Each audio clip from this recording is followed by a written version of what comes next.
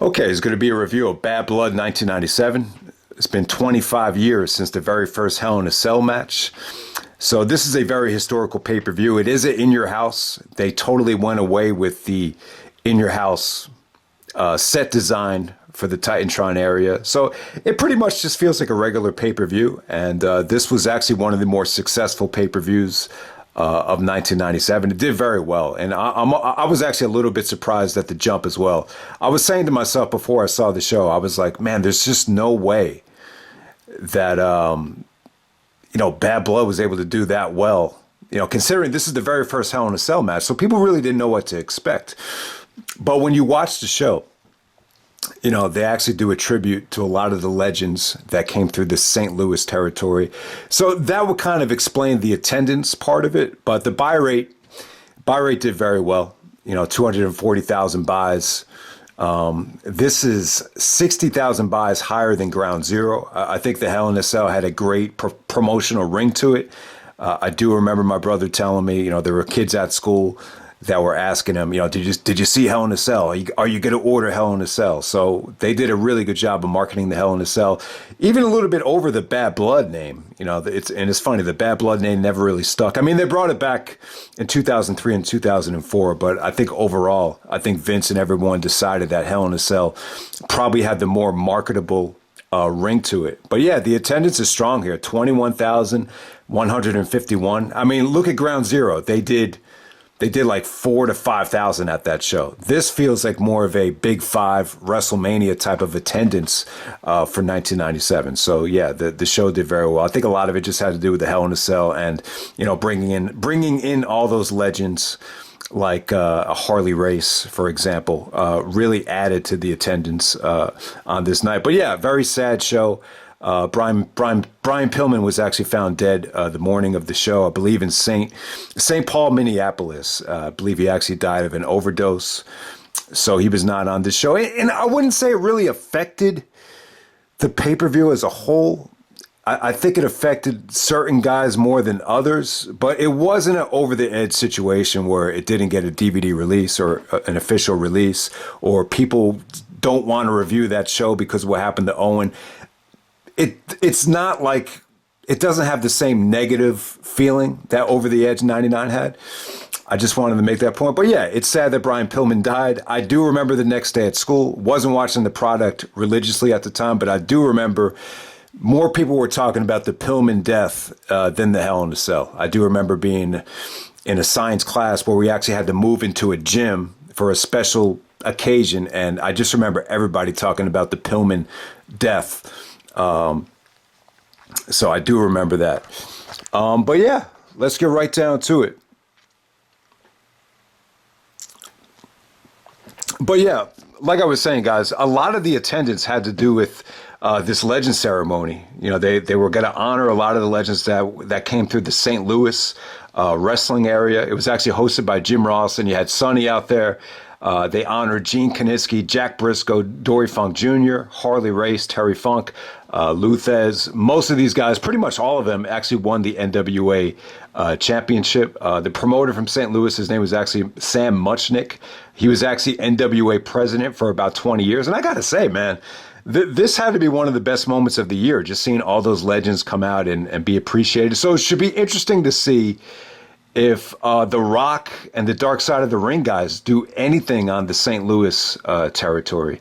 So you just learned a lot here. You really learned a lot. I thought the videos with Kevin Kelly doing the voiceover for each and every one of these guys came off very classy, very professional, very well done. And, you could definitely see that's why this show did so well in terms of attendance, to have all those legends out there. So let's just move on to the actual pay-per-view now. Okay, so yeah, not a great pay-per-view. Really was lacking a lot of depth here. I think Pillman's situation, the Pillman Goldust match, I believe, was actually scrapped from this show. Even like Mick Foley. Mick Foley's not on the show. Triple H, is just there to kind of escort Shawn Michaels to the ring and then back to the locker room. He's not wrestling on this show. Stone Cold Steve Austin not cleared to wrestle yet. He's actually on commentary. So yeah, this show just does not have a lot of depth. A lot of stuff had to be kind of thrown in at the last second, and it's just not a great pay-per-view to watch from top to bottom. But I think the St. Louis wrestling, where they're honoring all the legends, really kind of helped the show a little bit in terms of its historical importance. All right, so first match of the night. Finally getting to the match here. So we got the Nation of Domination of D'Lo Brown, Kama Mustafa, who's actually the Godfather, and Rocky Maivia, The Rock, taking on the Legion of Doom of Animal and Hawk. This is a handicap match because Ken Shamrock was actually injured. I gotta say, it was cool, man. It was cool to see The Rock go at it against the Legion of Doom. This might have been like one of the only times, The Rock was able to wrestle someone from the territory system. And it's funny, The Rock is actually doing the Dark Side of the Ring. His production company actually partnered with them to do this, territory series. And, The Rock really never got a chance to face a lot of the guys from the territories. Even someone like Shawn Michaels. Shawn Michaels did come up through the territories, but, The Rock never got to touch, HBK in an actual match. But, yeah, I just wanted to make a point. The Road Warriors, the Legion of Doom, it might have been like one of the few territory guys that The Rock was able to wrestle with in an actual match. So I thought that was really cool. It's a handicap rules right here. I thought the Legion of Doom got a good pop. Vince was happy with the reaction. He's like, listen to this reaction for the Legion of Doom. Nation of Domination, they did some nice double teaming behind the referee's back. The highlight being the D'Lo Brown frog splash. That was pretty cool. Legion of Doom actually were about to do the Doomsday Device to The Rock. It was actually broken up. And then Kama actually assists The Rock, and Rock is able to get the rock bottom on Hawk, and Rock actually gets the clean victory there. So, yeah, I thought the match had a lot of energy. I thought it was a lot of fun.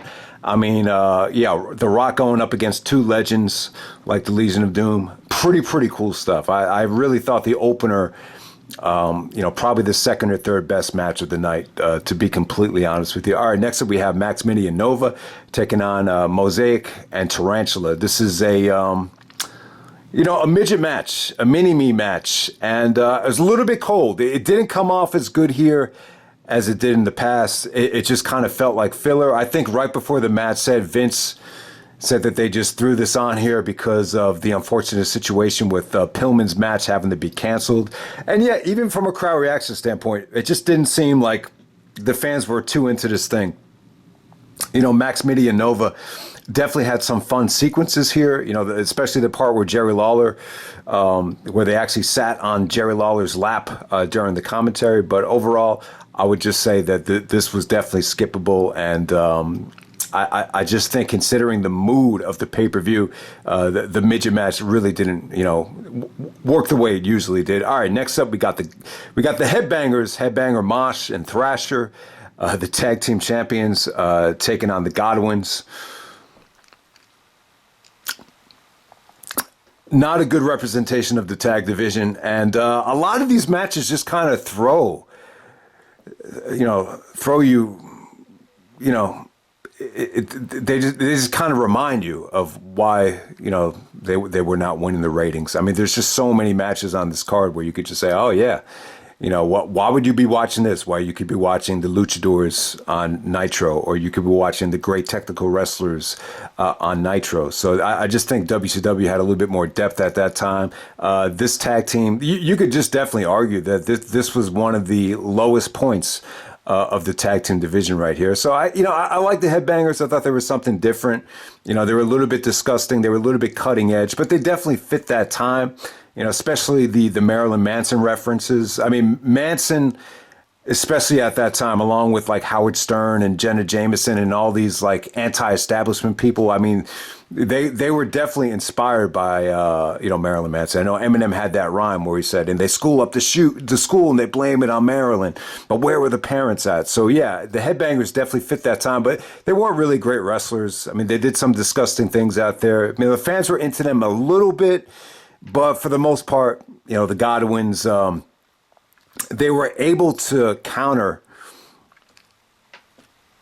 a splash off the top rope, and the transition into a power bomb looked pretty ugly. It looked pretty nasty. I mean, the Godwins are like smelly, they're big dudes.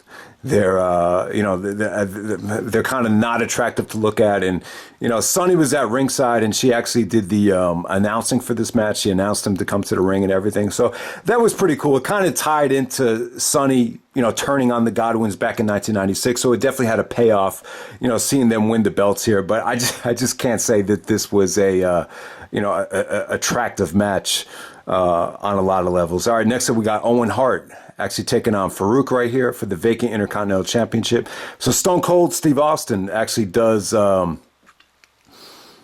alternate commentary here, and he's actually jumping around. He's jumping from the regular commentary booth where he's just talking trash to Vince and Jim Ross. I mean, Austin really seemed like he was in his zone at this time. I mean, you got to keep in mind too, Austin and Brian Pillman were, tag team partners, Hollywood Blondes, but you really couldn't even notice any difference in Austin. I just think he was so much in his zone at the time. He was so driven. He was so focused, and he took shit personal too. You could tell he took Farouk's promo extremely personal. Farooq cut a promo. He was like, "Who's Stone Cold Steve Austin? He's just a name." He's like, "I don't give a shit about Stone Cold."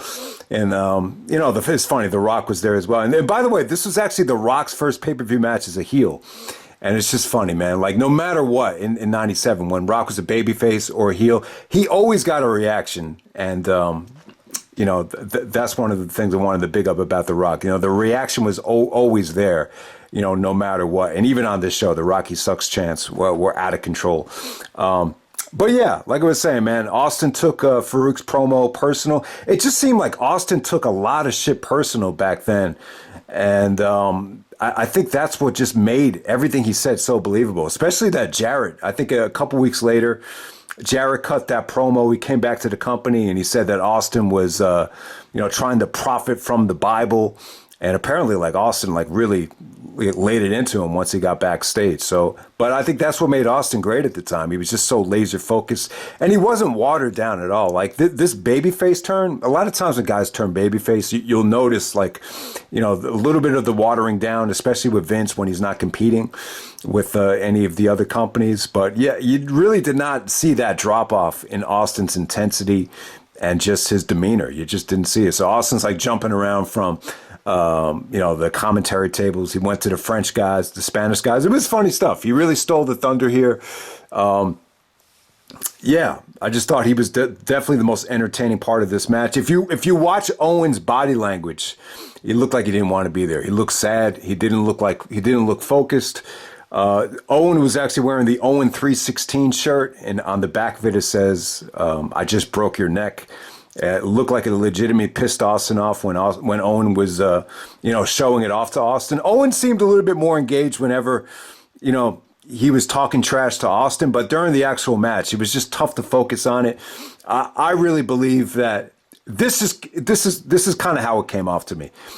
The match kind of came off like, Owen's kind of in a bad state of mind. Let's just bring Austin out on commentary to kind of take focus off the match. And that's kind of what it was.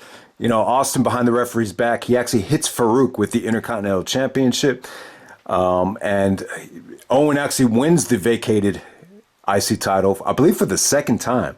So Austin basically wants to face Owen at the rematch at Survivor Series. He wanted to see Owen win it so he could get his revenge. Makes perfect sense. Pretty good booking there. But the actual match, it was just, you could tell they wanted to take all the attention away from, Owen's, demeanor here. So it's definitely understandable because, Owen and Pillman were close. I mean, Pillman was part of the Hart Foundation at Canadian Stampede.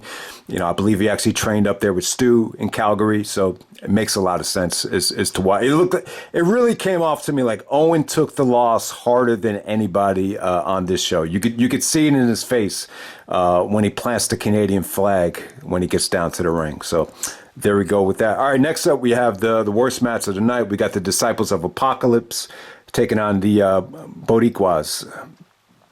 All right, so this wasn't planned. They kind of just threw this together. And, Yeah, not a big fan of the whole faction warfare thing. I've probably stated it a million times. It definitely felt like a Russo creation right here. You get the feeling that Russo really pushed for this. And the funny thing is, for as bad as this was, when you look at the promotional tagline for Survivor Series 97, it has nothing to do with Bret or Shawn. It's about the tagline is actually gang rules, and they actually show a video package here promoting Survivor Series, and I believe Nation of Domination's in there as well, but along with them is the Disciples of Apocalypse and the Savio Vega gang right here, but just not a big fan of it. A lot of the guys in Savio's stable, they just kind of look like jobbers. The crowd just wasn't into it. Just a lot of kicking, punching, clotheslines, just methodical, just sloppy offense from everybody here. But the interesting thing I'll tell you here is I think it was Bruce Pritchard was saying that Undertaker was really pushing for this motorcycle gang stable because he was he was friends with Crush. I believe he was actually friends with Brian Lee. I think he was actually, was he 8-Ball at the time? I don't remember Brian Lee's exact name. He was going by a different name. But, Undertaker wrestled Brian Lee in that Undertaker versus Undertaker match. So it does make sense. They kind of fit that criteria. But it would have been interesting to see if Undertaker as the American badass could have made this work. I think it could have only helped these guys, but I think it would have been bad for Undertaker. I think the American badass as a gang, I think it would have took away from the mystique of the Undertaker, but yeah, that's just something to kind of think about right there. But yeah, kind of bowling shoe ugly style of a match, as Jim Ross would say. I believe Crush actually did get the pinfall there after the Boricuas pretty much dominated most of the match. So let's just move on from there. Next up, we have a flag match featuring the WWF champion Bret the Hitman Hart teaming up with his brother-in-law, the British Bulldog, to take on the Patriot of Del Wilkes and Vader. All right, so when Vader, some of the promo here is pretty funny. I'll tell you, Bret's demeanor during the promo, he seemed a little bit more agitated about the state of the company than anything to do with Pillman. I thought British Bulldog cut a really bad promo there. Patriot, if you notice, his shoulder is actually cut. It looked like he had surgery on the shoulder. Jim Ross was saying that that's one of the reasons why, Patriot didn't last long with the company. He was constantly battling injuries and issues with drugs and pills. Vader cut a great promo. Vader was the star of this match. I thought the promo was the best from Vader. I thought his work in the ring was probably better than anybody. He cut a promo on Bret saying that, yeah, you're the best there is, best there was, best there ever will be, my ass. And he talked about, me and the Patriot don't have anything in common, but what we do have in common is our hatred for Bret Hart. So I thought Vader cut a good promo. I thought, out of anybody in this match, Vader to me really stole the show. And the funny thing is, Bret has stated in his book that he hated working with Vader. Vader's like a really nice guy, but he just has such a stiff style that, he just couldn't help it, but, end up, stiffing Bret and hurting Bret time and time again. So it's just a mix of styles. I mean, Bret is a extremely skilled worker, but he's safe. Vader's just the opposite. He's stiff. He's brutal. He's got more of that Japanese style. So that's why they probably didn't really click. But I thought Vader was the star of the show here. He was stiff, but at the same time, like his offense was spectacular. He actually went for a moonsault here, and he landed on his feet. This had to be the biggest dude I've ever seen actually attempt a moonsault and land on his feet. It was great stuff. He actually did do the Vader bomb right before the finish. But, the flag match right here, they could have done a better job of explaining the rules. I don't think they really went into depth here, but with the flag match, you have to be a legal man, so it's not like a tornado tag. At times, it just felt like a mess. And you could actually win by pinfall as well. So you could either win by pinfall or you can grab the flag. So Bret and Bulldog had to grab the Canadian flag to win, and then the Patriot and the Vader actually had to grab the American flag to actually win this match. But yeah, a lot of it I thought was fun. Bret for the most part, I would say this was a very forgettable match from him, but it wasn't bad though. Like, it definitely did have its moments. Some of the submission work was cool. Bret going for the sharpshooter, Patriot actually countering it into his own version of the sharpshooter, Bret actually putting on the figure 4 leg lock around the ring post before Vader was able to see it and break it up. The referee actually stopped Vader, and Bret was able to put the figure 4 on the Patriot. Patriot actually busted out the figure four, and the crowd was pretty much engaged. I thought a lot of it was fun. Some parts felt like a mess. I mean, they went a little bit too long. I think that's probably why. The finish comes when Vader goes for a Vader bomb on Bret. I think he actually hits it. Bulldog takes Vader out of the ring, and then Patriot goes to roll up Bret Hart. Bret actually counters it by pulling the Patriot's tights and then giving him a roll-up of his own. And that's how Bret survives this match and moves on to the Survivor Series where he gets screwed. But yeah, I thought it was pretty cool stuff. But, until you watch this pay-per-view, it just kind of hits you, man. Like, Bret Hart is the WWF champion, and he's wrestling in this, gimmick flag match. Just doesn't really mean anything. Title's not on the line. And then you got Mr. Main Event, Shawn Michaels taking on The Undertaker in the Hell in a Cell match. Okay, and on to the main event. This is a Hell in a Cell match to determine the number one contender for the WWF Championship at Survivor Series. Shawn Michaels and The Undertaker in the Hell in a Cell match. Yeah, a lot to say about this. So this was supposed to be a cage match at first. And, Shawn was saying the next logical step from a lumberjack match to a cage match would be to do a cage match. But, he really wasn't feeling it. He kind of had the attitude that, we've already done cage matches. They hurt. There's just not a lot of flexibility. That blue steel cage with the big squares, it's like right next to the ropes. So you can't really do a lot.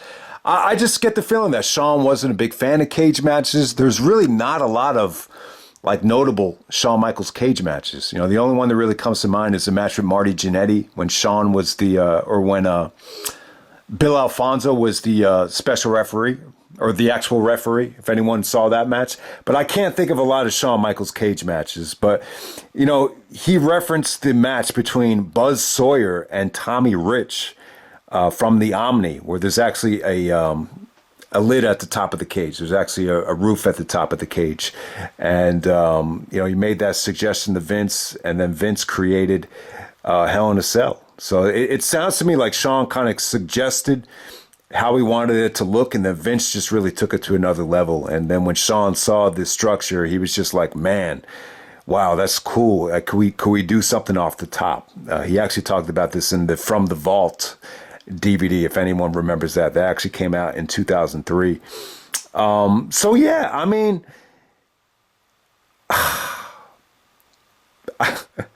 I gotta say here, man, Shawn was great in the build up to this whole thing. I remember there was a promo where he cut on Undertaker. I believe Vince and Taker were actually not at Raw for that taping, and he actually came down to the ring with a bunch of gauze and he stuck it down his pants, and he was doing the crotch chop to Jim Ross. And apparently, that's Vince and him had an argument on the phone about it, and that was the first time Vince actually used the word attitude.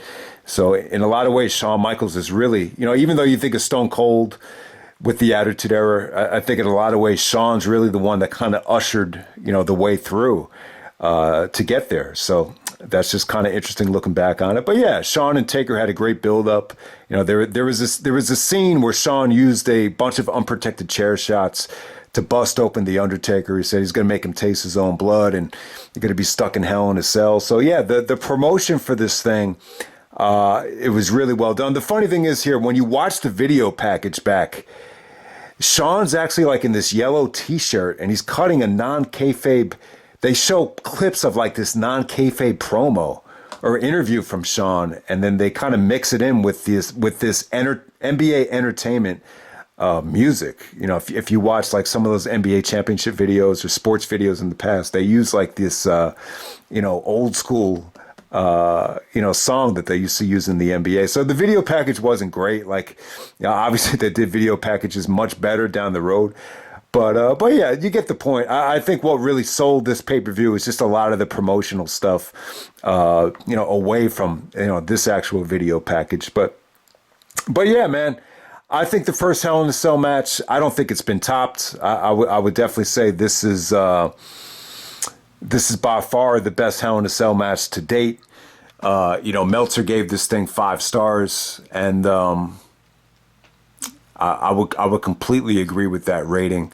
The funny thing is this was the last WWF match to get 5 stars for about 14 years. So that's a huge gap. You know, it was from 1997 until 2011 when Cena and Punk, finally got it at Money in the Bank. But I want to give credit to CM Punk here, because look at it like this. You know, I was talking about Joe and how Joe was amazing because he had, 3 5-star matches in the span of under a year.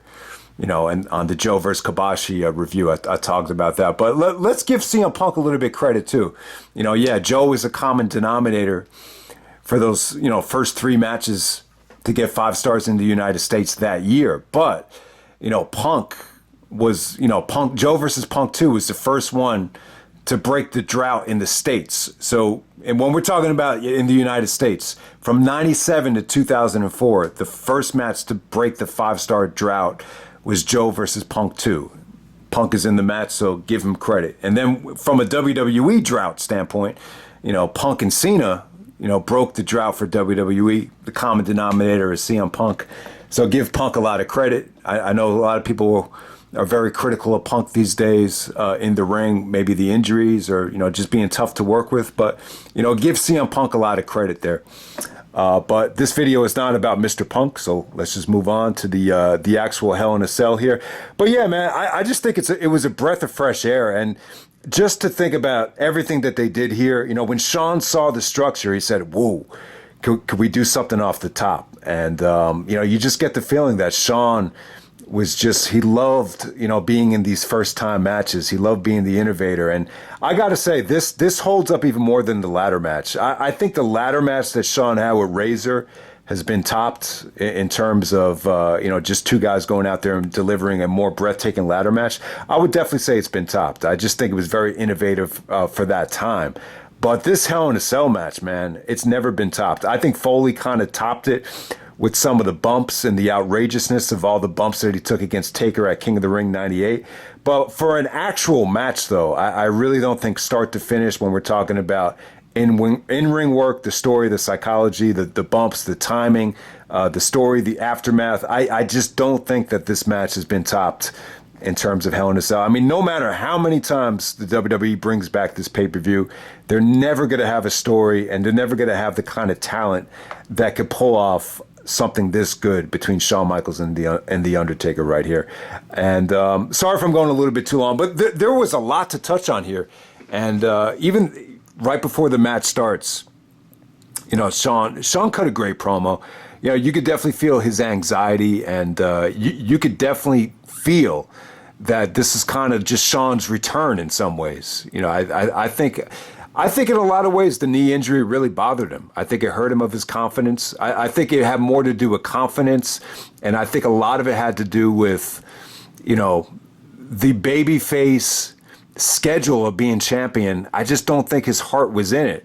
And when you mix it in with the injury, I just don't think, he had it in him, to compete that schedule anymore. So I think the knee had healed. I think he was rejuvenated being this, type of cocky heel that he wanted to be. And, the shots just started coming. He said he's got good news and bad news. The good news is his coveted European Championship that he just won is not on the line. And then he sarcastically wipes his head like the stress. He doesn't have to worry about the stress of defending the European title. It was pretty funny. It kind of buried the European title, but it's just like, it's little things like that made this version of Shawn Michaels so fun. But you could just tell, he was going to be stuck in the middle of hell with death himself. So I thought Shawn did a really good job with that promo. But yeah, just the story here, Undertaker trying to get his revenge on Michaels for Michaels screwing him over at SummerSlam. And I'll tell you, I think I'm probably digging into this thing a little bit deeper than we should.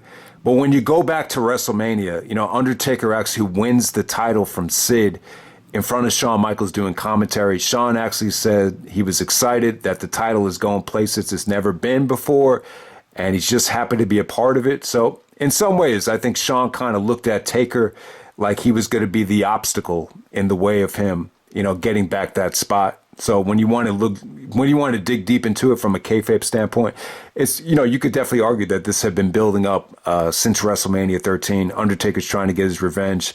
And I'll tell you, man, it was great stuff. Once they actually got into the ring, it was just a beatdown from Taker.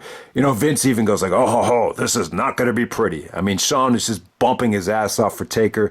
Taker's strikes and his punches look great. I mean, the reaction for Taker's punches were very reminiscent of, like an NWA match between Tully Blanchard and Magnum TA. It definitely had like that, it definitely had that kind of mileage, some of Taker's punches right there. But I thought it was creative stuff, man. I mean, the creativity of using the cameraman as a way to get the cage open was just brilliant. And, I think Vince took some criticism on commentary here. This is the very last time Vince was ever on commentary, but I love the commentary here. They each had a different take on the Michaels cameraman situation, and it's funny, and it was brilliant too, because you go back to WrestleMania 11, Shawn Michaels takes the photographer and he escorts him until the middle of the ring aisle. It was funny as hell, man. I'll wait till WrestleMania 11 to do the actual impersonation. Then at WrestleMania 12, he tells the cameraman to get the fuck out of the way. So Michaels kind of developed this reputation of finding a lot of the cameramen to be a pain in the ass. And after the second time that he got in Shawn Michaels' way, Shawn just starts punching the cameraman. He just gives him a couple of shots. He actually got in the way after Shawn was using the steps, and Shawn actually gives Taker a pile driver on the steel steps, which is crazy. It's crazy to think about how, that accident happened to Austin at SummerSlam with Owen, and they're still, doing the pile driver, and they're doing it on steps. That just shows you the trust that Taker had in Shawn to deliver it. And at the time, I think it just shows you that the company didn't give a fuck. They're in the middle of a war. We're doing whatever it takes to get to that next level. So that's how it kind of came off to me. But yeah, after that, after Shawn actually uses the steps, the cameraman gets in the way, and Shawn just punches him, beats him down, starts stomping on him. And, Jim Ross was funny. He was just like, oh, big tough guy, beat up a cameraman. And then Jerry Lawler's like, but that's the second time the cameraman has gotten in Shawn Michaels' way, though. And then Vince is like, we apologize to the family of this young cameraman. So it was just funny. Each and every one of their takes just had a different tone to it. I thought it really added a lot to the match. So, the funny thing is, Shawn actually hits the super kick. He does the elbow drop, then he hits the super kick to the Undertaker. Taker actually no-sells it. And as they're trying to get the cameraman out of the cell, Shawn escapes the cell and starts just kind of running away from Taker because, Taker's no-selling the offense. Is like, how do I beat this guy? And then, Shawn actually gives him a couple of drop kicks. The second drop kick, Taker intercepts it and gives him a slingshot into the cage. Shawn gets busted open, and then he torpedoes him into the cage. Then Shawn starts running away from him, and then they get to the top of the cage, because Taker gets up last. Shawn actually goes for another pile driver. Taker actually gives him a backdrop. So Shawn Michaels takes a backdrop on the top of the cell. I mean, it's crazy, man. We've seen Foley actually go through the cell with a backdrop. Thank God Shawn Michaels didn't fall through the cell, because if he did, he doesn't have the kind of cushion that Foley does. So that could have been a disaster. But yeah, it's incredible the way Taker, being such a big dude, was able to get up that cage. And this is before they started poking the holes in the cage so you could actually climb up it. So it was really cool stuff. And then Shawn actually takes a gorilla press on the top of the cage. Then he's trying to escape from the top of the cage.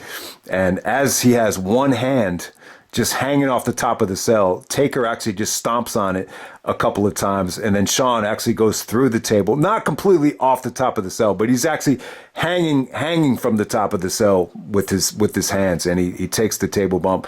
The bump was awesome. Yeah, I mean, it's not as high as the Foley bump, but at the time, it was still breathtaking. And, Shawn just had a crimson mask along with the bump. It just looked like he had been through hell. I mean, it really did. And then Taker gets him back in the ring. He gives him a choke slam off the top turnbuckle, and then Taker gives him an unprotected chair shot while he's got the bloody face. And yeah, it's just kind of payback for the for him hitting Taker with the chair at SummerSlam. You know, it really is a nice little story of just payback.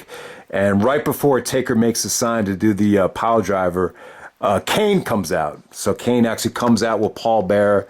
And yeah, Vince has taken some criticism. I think Bruce Pritchard sounds a little bit regretful that Vince let the cat out of the bag right away. So as soon as Kane is coming to the ring with Paul Bearer, I would say it does make sense, because Paul Bearer said that he was going to come out with Kane, or that Kane was his, he was bringing back Kane. So when Kane's on the way down to the aisle, Vince just says like three times. It was one of the best Vince calls ever. It's like, that's gotta be Kane. That's gotta be Kane. Damn it. That's gotta be Kane. So yeah, I thought it was cool, but I think Bruce thought it would have been better if he had said it when Taker officially realizes it, when they're face to face. So either way, but it was cool the way they did it. So Kane actually rips the cell door off of his hinges. Apparently that was actually a Jim Cornette idea. He actually got the idea from a situation back in the Territory days. I forget what promotion it was from. But yeah, it was cool. That you learn about from Bruce that they actually had to soften up the door, so the hinges would actually rip off a little bit easier. So kudos to them for not fucking that up, and it looked really, really cool. I mean, I'm not a huge fan of Kane overall, but I think he's a good dude. He's a solid dude. He's never been one guy to play politics. I've just never been like a huge fan of Kane, but I think everybody could at least say that they respect Kane. And this thing with The Undertaker right here is one of the best feuds. It's one of the best moments in WWE history. So yeah, Kane, I guess they call this spot the concussion spot, when Kane, blows up the pyro, and then he gives Undertaker the tombstone. And yeah, that's Shawn Michaels out. Shawn Michaels has enough presence of mind, being in a daze, being a bloody mess, and he puts his hand over the Undertaker for the finish. Beautiful stuff, beautiful execution. That might have been the only, referee count the whole match. It's funny, man. It really is, when you consider how many friggin' near falls their WrestleMania matches had. So yeah, it just looked like it was a great heel performance from Shawn. I thought Shawn was beautiful in the ring this night. He was awesome. You could definitely tell his confidence was all the way back.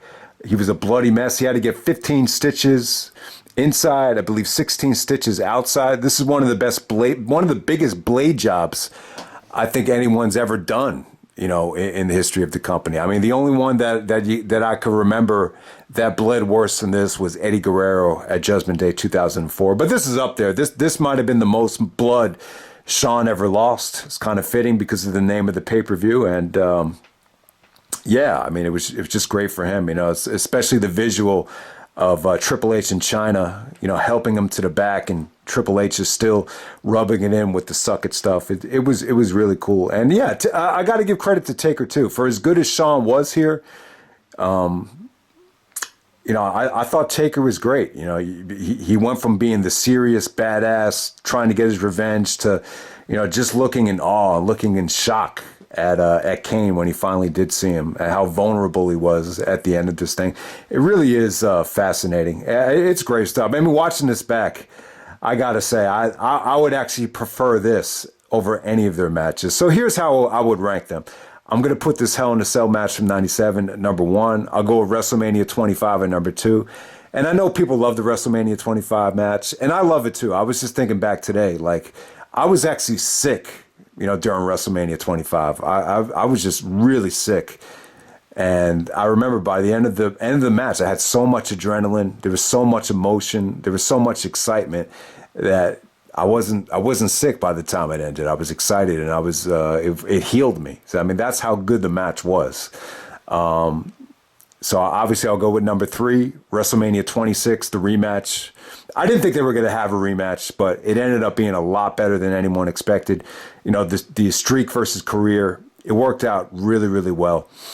Number 4, I'm going to go with the casket match. Even though I hate the fact that Shawn got injured, I think the casket match is actually a much better match and a much better, I'm not going to say better story, but I don't know. I just think it's more of a unique situation than the Ground Zero. The Ground Zero match I'll put at 5. You know, I'm not a big fan of all the interference and all the shenanigans that went in that match, but you definitely needed that to get to the Hell in a Cell. So I could appreciate it. But, you know, 4 or 5, you could easily swap them. But I think the casket match is really good, especially if you don't let that Michaels bump, you know, overtake you too much. But yeah, man, I got to say, man, the main event here is great stuff. It's an all-time great match, all-time great Hell in a Cell. For a while, it was a little bit hard to access. I remember when I just became a fan back in 2001, when I became a hardcore fan again, wasn't that accessible. The videotape, I believe they had switched distributors. This was in the middle of them dropping Coliseum Video and them just distributing the VHSs on its own. So the tape was hard to find. They did release it on the Undertaker This Is My Yard DVD. I remember just buying that just so I could see this match. But yeah, it wasn't that accessible at first. And then over the years, Shawn Michaels compilation, Hell in a Cell compilations, I'm pretty sure everybody has seen it by this point.